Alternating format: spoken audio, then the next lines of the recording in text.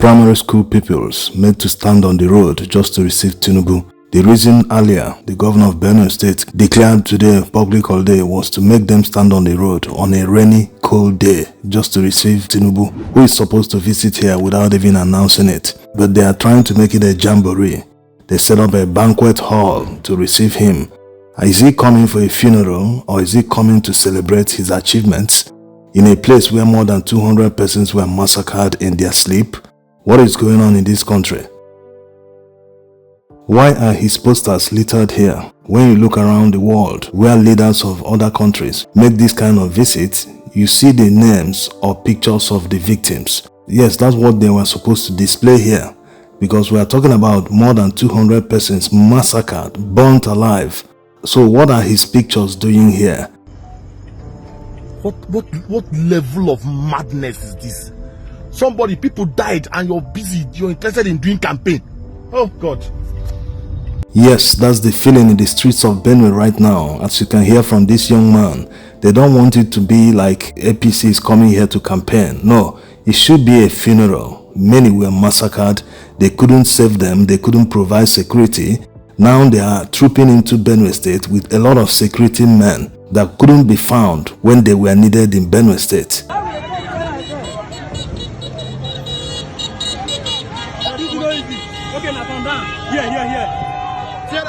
This is why youths are protesting in Benue State. They are tearing APC flags and police is battling them with tear gas. The governor actually deployed a helicopter the other day when the youths protested in Makurdi. Can you imagine? A helicopter that was nowhere to be found, or to give a chase the day these people were massacred. What is really happening in this country? Now let's hear what Tinubu told the governor and Benue people. Is to equally find a channel,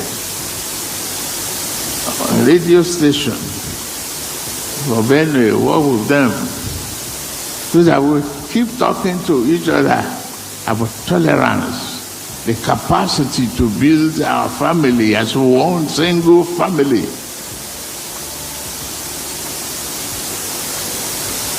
I salute those who have governed this state before, and particularly my friend, George Akume. We didn't have to come. We received a lot of yams and food stuff from him. Not dead bodies. This deceptive narrative needs to stop. What is going on in Benue State is an ethnic cleansing of Benue people. It has never been a communal clash or a tribal warfare. No, it has always been people that are not from Benue invading Benue State, killing people in their sleep, unprovoked, and burning their homes in order to chase them away to take over their lands. If you remember in the other video, one soldier was saying that the army leadership are aware. Sometimes they even give protection to the people that are invading. It doesn't make any sense. People invaded a community, the army couldn't save them, the police could not save them. They kill people anyhow they want. In fact, it seems that it is when they are tired, they stop the killing and they end up burning their homes. Why do you think they burn their homes? It's simply because if your home is burnt and you run away, when you come back, you cannot identify your place anymore. Yes, this was where my home used to be, or this used to be our compound. They will simply burn everything down and try to erect makeshift homes.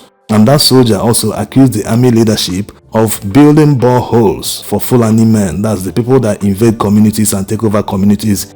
They go back into the communities that have been taken over by the invaders. They build boreholes, build classrooms as if they are not invaders.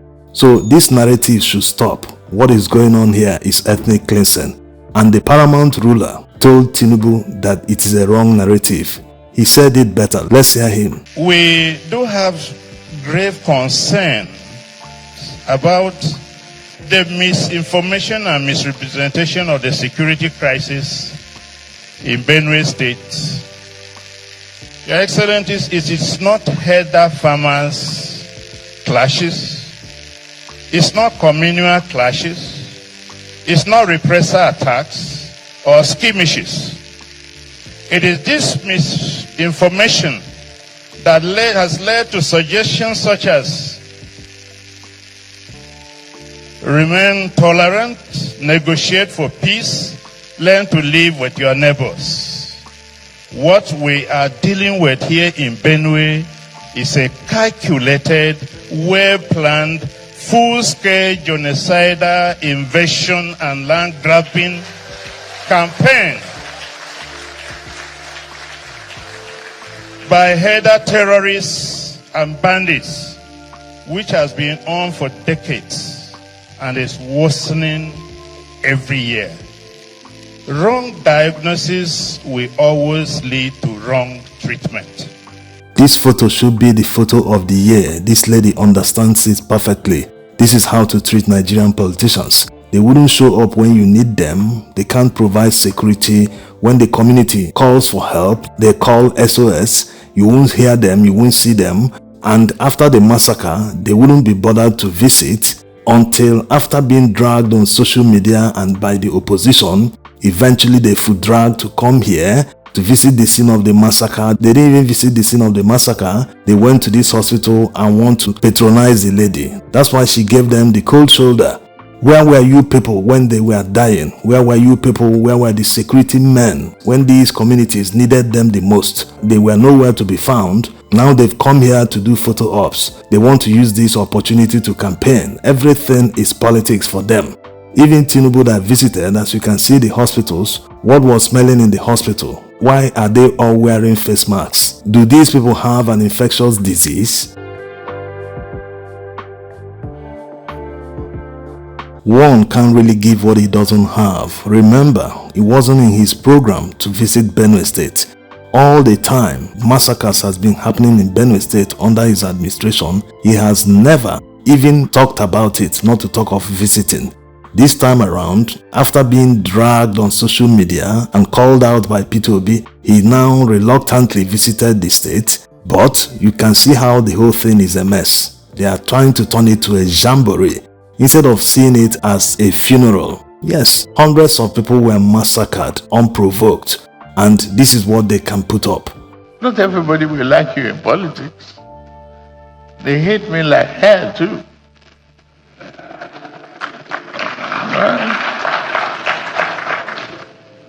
Well, I'm here. I am the president.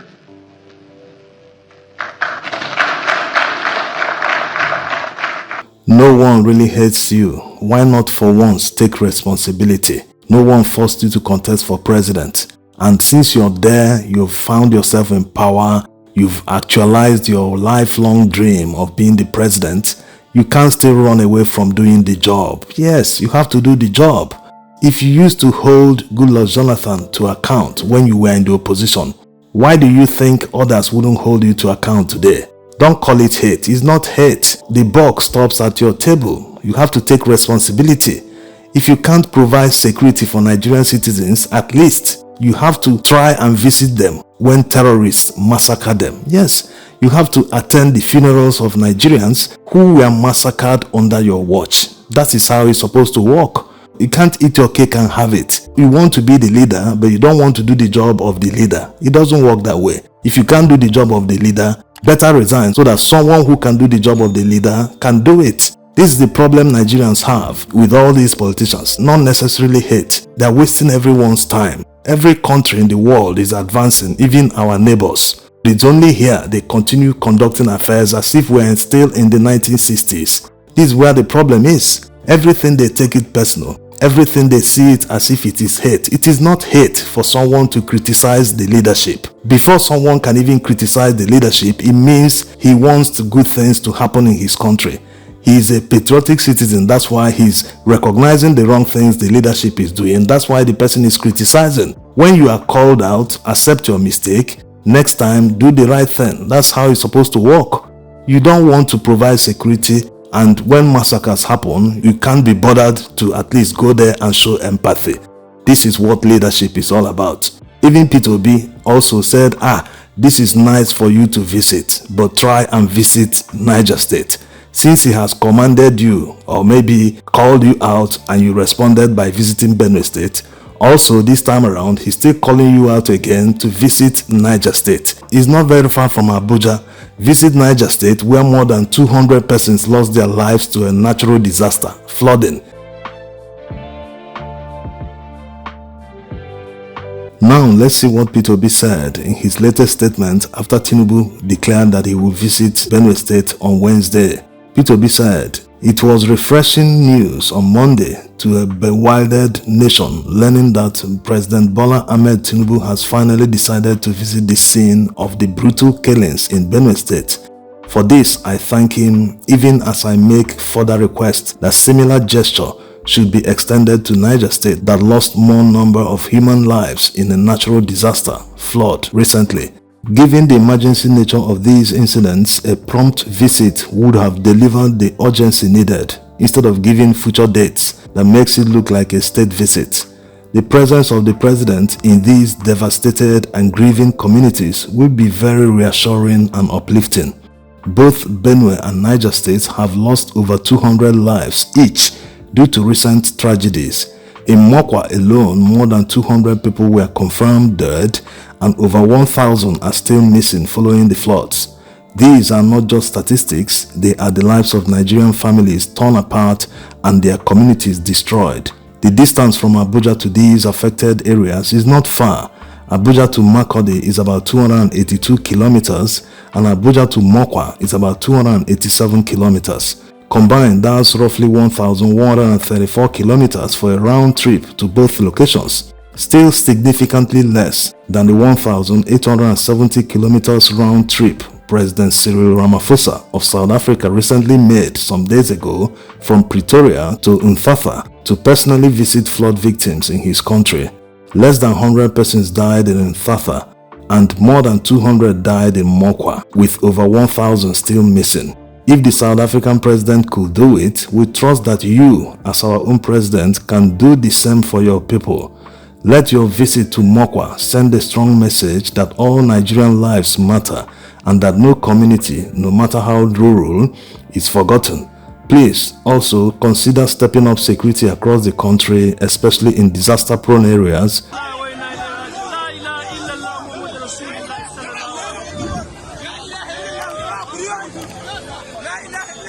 We look forward to seeing not leadership by remote control, but proactive leadership that responds not just with words, but with compassion and action.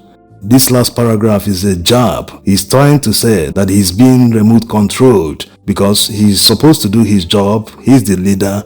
If there is a disaster somewhere in the country, he's supposed to visit that place. He's supposed to climb down from his high horse, stop feeling like a king when a disaster is happening in his own country. He likes to refer to himself as the father of the nation. If you are the father and the head of your family, and one of your children is in hospital, you wouldn't leave everything you are doing to go and see your child in hospital. You will say, I will need to find out time in my busy schedule to visit your own child in a hospital. These guys don't take Nigerians seriously. Thanks for watching.